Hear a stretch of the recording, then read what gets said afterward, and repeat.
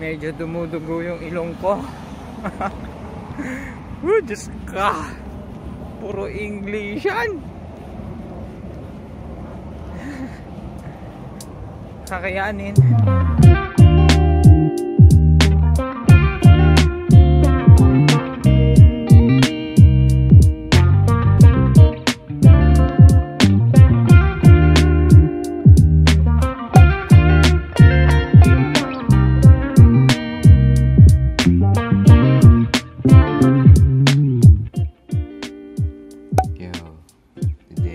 First day, may work dito sa Surrey, BC, Canada.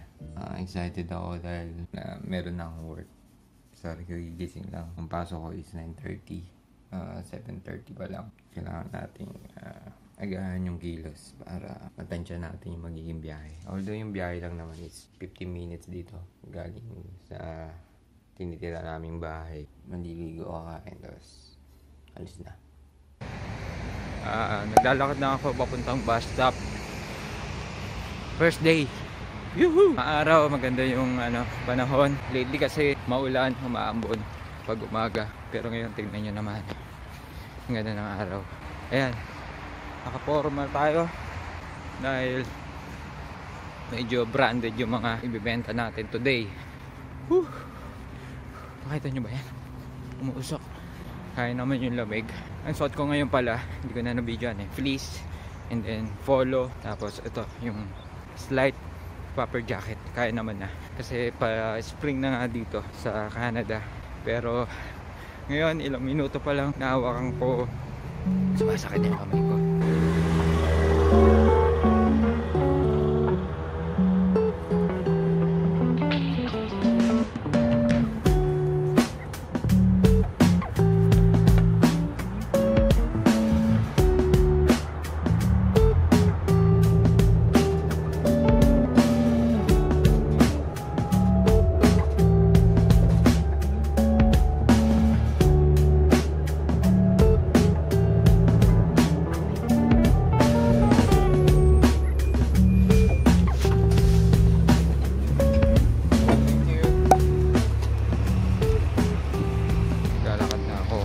Actually, ito rin yung papasok nila Abby. Kasi same building lang kami.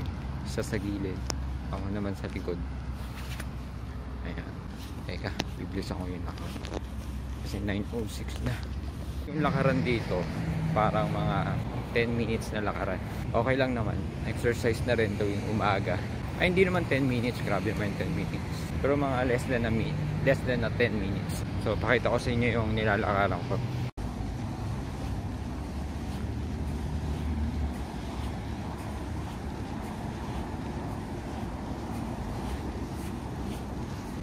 Pag inaatid ko siya nung wala pa akong work, ayan, dito kami dumadaan. So okay naman yung niya, sidewalk niya, maluwag, kaso malamig. Ayan, yan ang exercise namin tuwing umaga, walkathon ka. So maaga-aga pa ako. Siguro makakarating ako sa store ng 9:15, tapos 9:30 pasok ko Pakita ko sa inyo kung saan ang aking work. Ano siya? Eyewear store na family owned. I think mga Canadian citizen sila. Excited ako at the same time medyo kinakabahan. Siyempre, first time natin dito mag-work. First time natin mag-interact ng mga Canadian or different nationality here, but then kakayanin, tatagain. Maaraw pero lamig. So parang hinihingal ako habang naglalakad. Ayan na, medyo mga ilang minutes walk pa. Malapit na tayo. Yan na yung building. Doon tayo sa pinakababa. Alright. So nakarating tayo ng 9:15. Nakita nyo ba yun? Hindi ako makapag-video sa work Siyempre first time. Tsaka siyempre kailangan natin mag-focus sa work. Ayan. Sige, mamaya na lang siguro pag uwi. Good luck sa akin. God bless sa akin. Welcome to Canada. Thank you Lord. Thank you St. Jude. Kaya ko to.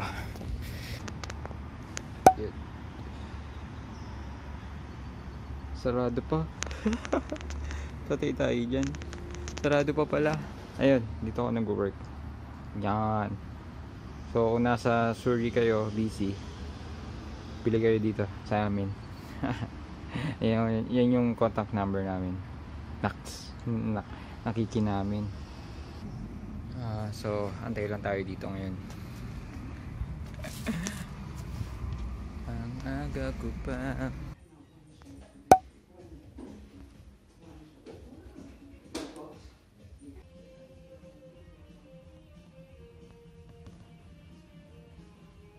So, pauwi na ako. Natapos ko ang first day. Medyo dumudugo yung ilong ko. Diyos ka! Puro English yan! Kakayanin. Maintindihin naman yung mga yung may-ari.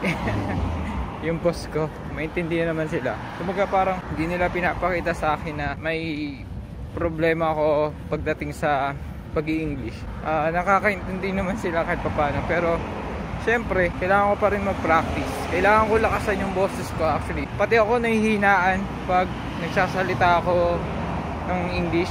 Baka mali yung mabigkas ko ba. Kaya, ayun. Nahiya ako. Pero kailangan lakas ako yung boses ko. Minsan kasi pag nagsasalita ako, hindi nila maintindihan. Hindi nila nagigets yung ibig kong sabihin. Yun, kailangan kong mag-practice pa talaga. Mahina ako sa English sa totoo lang. Nandito yung boss. Oh my god. Sayang, hindi ko na maabutan ito. Ito yung boss oh. Ito yung boss. Wait. Abot kaya ako. Abot ako. Abot kaya ako.